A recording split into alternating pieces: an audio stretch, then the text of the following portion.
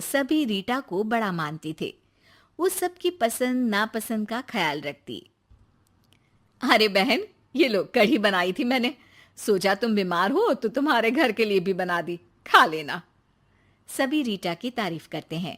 रीटा की ममेरी बहन कहती है, रीटा, तुम्हारा लड़का तो बहुत बड़ा हो गया है, उसकी शादी की नहीं सोची? सोच तो रही हूं, लेकिन ऐसे लड़के से कौन शादी करेगा जो कमाता धमाता ही नहीं है। ये तो है। तू उसे समझाकर किसी काम पर क्यों नहीं लगाती? अरे क्या करूं बहन, समझाती तो बहुत हूं लेकिन समझता ही नहीं। किसी तरह कहीं काम पर लगा भी दो तो 2-4 दिनों में ही काम छोड़कर वापस आ जाता है। कहता है खुद का काम करना है। अगले दिन रीटा का बेटा मयंक कहता है, माँ, ये नेहा है, मैं इससे प्यार करता हूँ और इसी से शादी करूंगा। अब लेकिन नेहा बेटा, ये तो काम ही नहीं करता, तुम खाओगी क्या? माँ जी, आप जो खाएंगी वही मैं भी खा लूंगी, लेकिन शादी तो मयंक से ही करूंगी। रीटा नेहा और मयंक की शादी करवा देती है। हे जी, देखिए तो, ये हमारा भाग्य है कि शहर की इतनी प्यारी पढ़ी लिखी लड़की हमारी बहू बनी। हाँ रीटा, सही बोल रही हो, वरना कौन बिना काम धाम के लड़के से शादी करता है।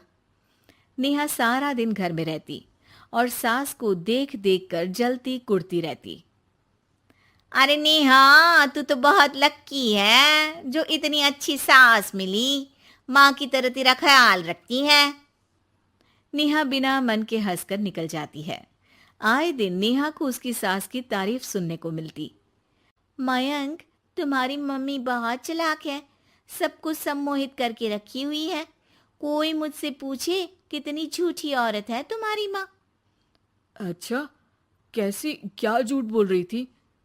अरे जिसे देखो वो कहता है तुम किस्मत वाली हो कि अच्छी सास मिली।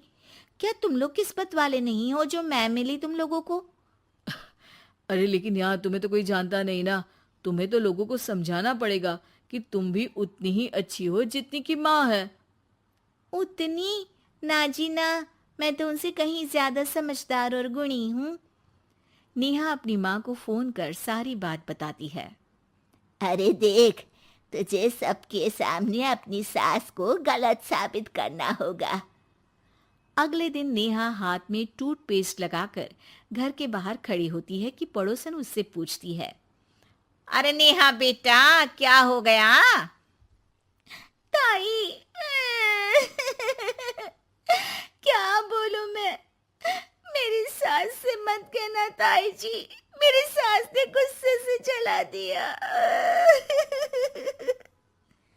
मैं नहीं मानती, रीटा तो बड़ी ही भली औरत है। मेरा पति कोई काम नहीं करता ना, सारा सारा दिन ताने देती रहती है, कहती है तुझे खाना तभी दूंगी जब घर का सारा काम करेगी। पड़ोसन को नेहा पर तरस आ जाता है। वो सब जगह नेहा की कही बात फैला देती है। एक पड़ोसन दूसरी से कहती है, रीटा तो बड़ी ही खराब औरत निकली। हाँ हाँ, देखो तो कैसे बहू पर जुल्म करती है।